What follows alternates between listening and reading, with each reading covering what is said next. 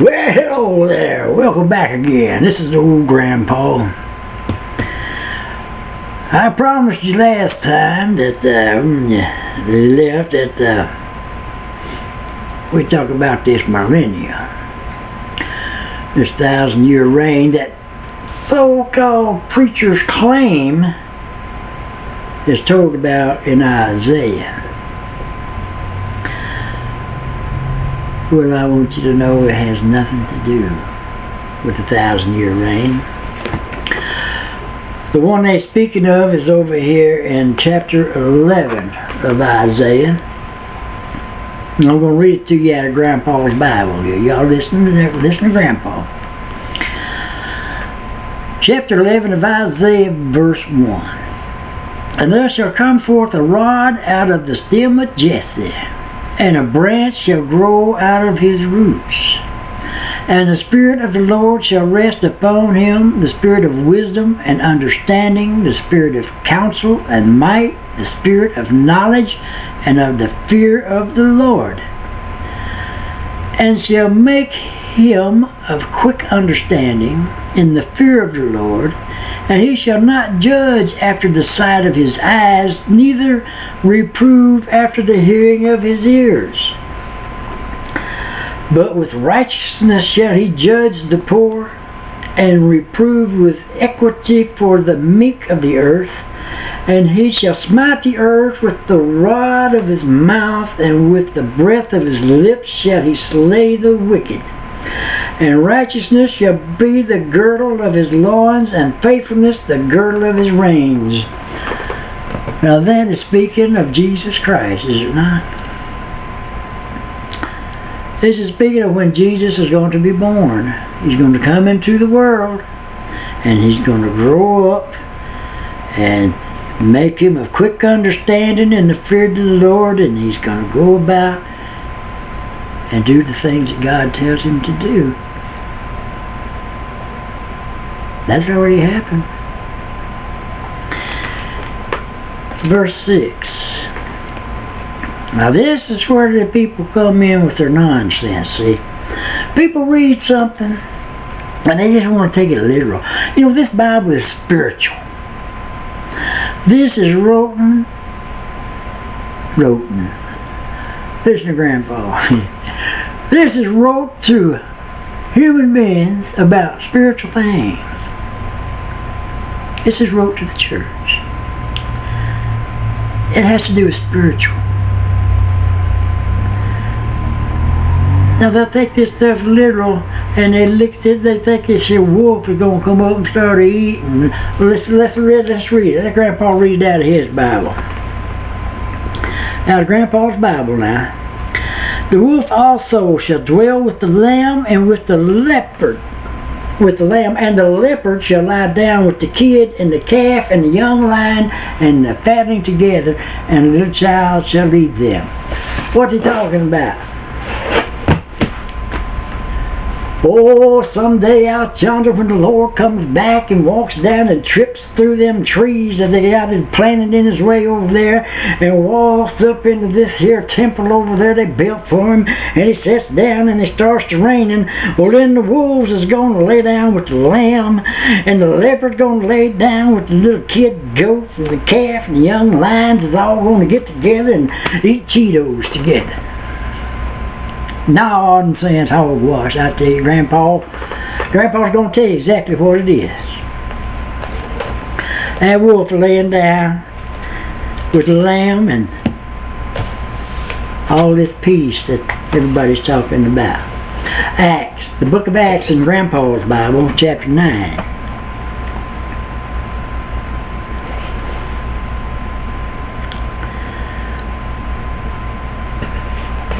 This is the conversion of Saul.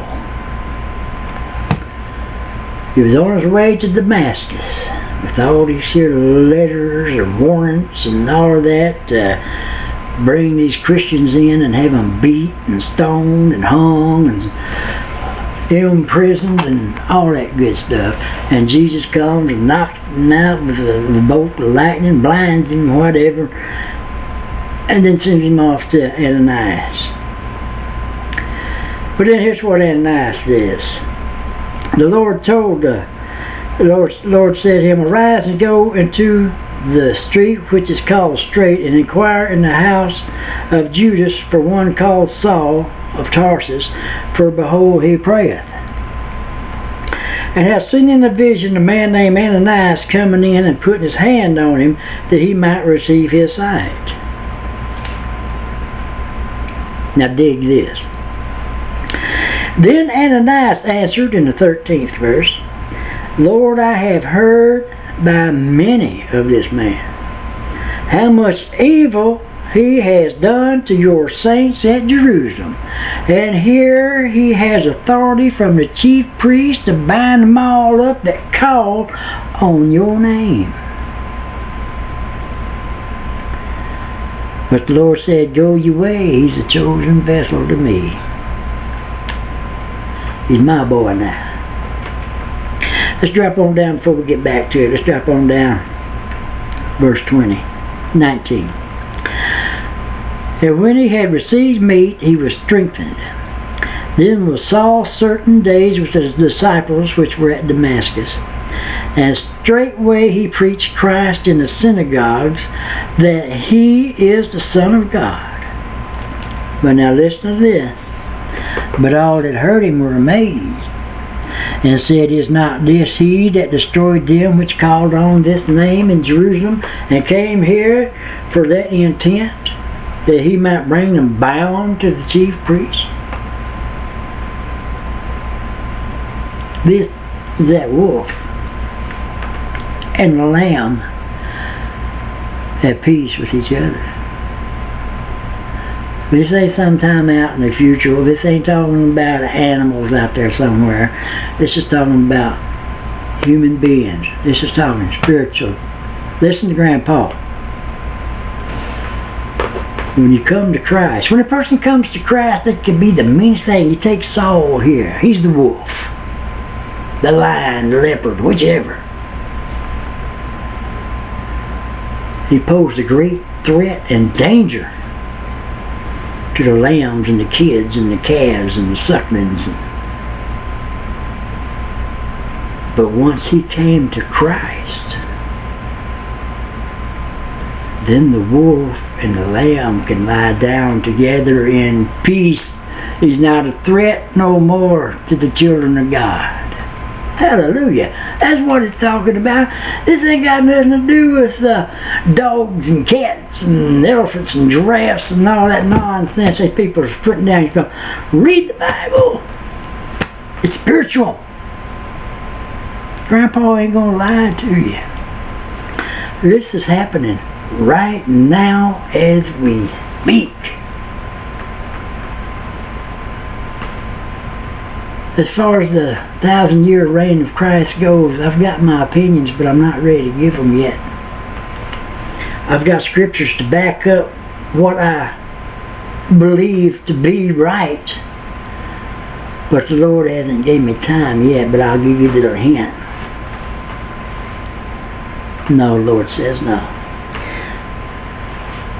But study the Bible. Quit listening to these fools. There's not going to be no temples made. Them olive trees is going to burn. Jesus ain't coming but one time. Praise God.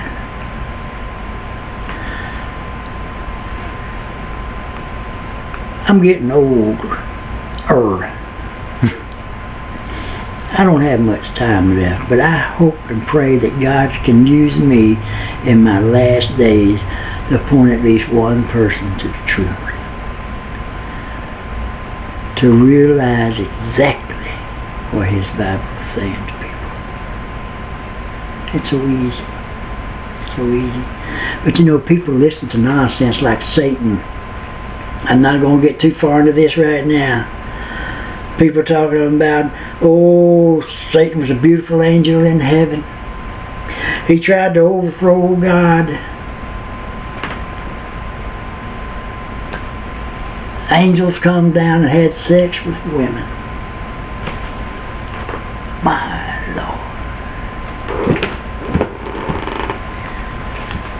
People's time is about up. It's about time for people to start studying the Bible on their own and quit listening to these fools out here that have no idea what they're talking about.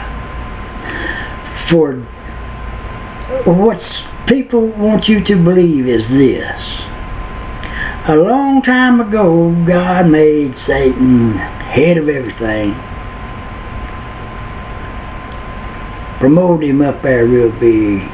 He was a beautiful angel, they say. Oh, he was just so beautiful. He was over the music.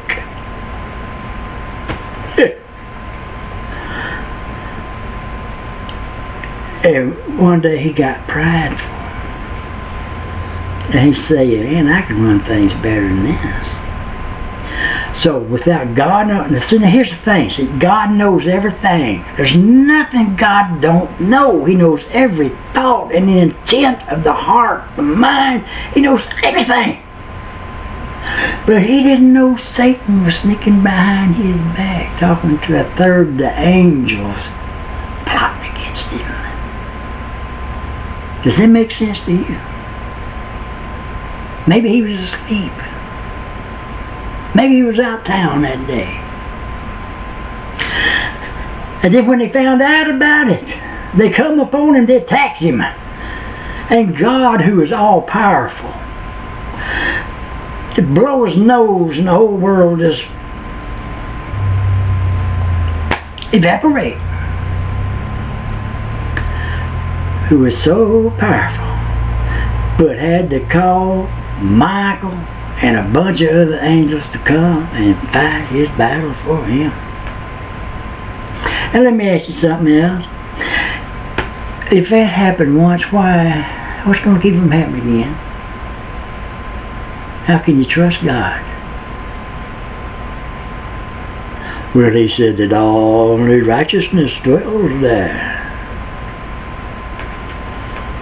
Now, that's supposed to be the way it was back then when they claimed Satan tried to overthrow everything. Don't seem too righteous up there to me. We're going to get into Satan in the coming programs. Satan ain't nothing but a tool God created for the perfection of the saints. He is a tool and nothing else. And we're going to get into that. And Grandpa loves you. And you keep coming by Grandpa's house and sitting down, and old Grandpa's going to read out of his Bible to you, and he's going to tell you a thing or two that you're going to love to hear. Until next time, keep looking up, because Jesus is about to come. He ain't coming but one time, so you best be ready. See you next time.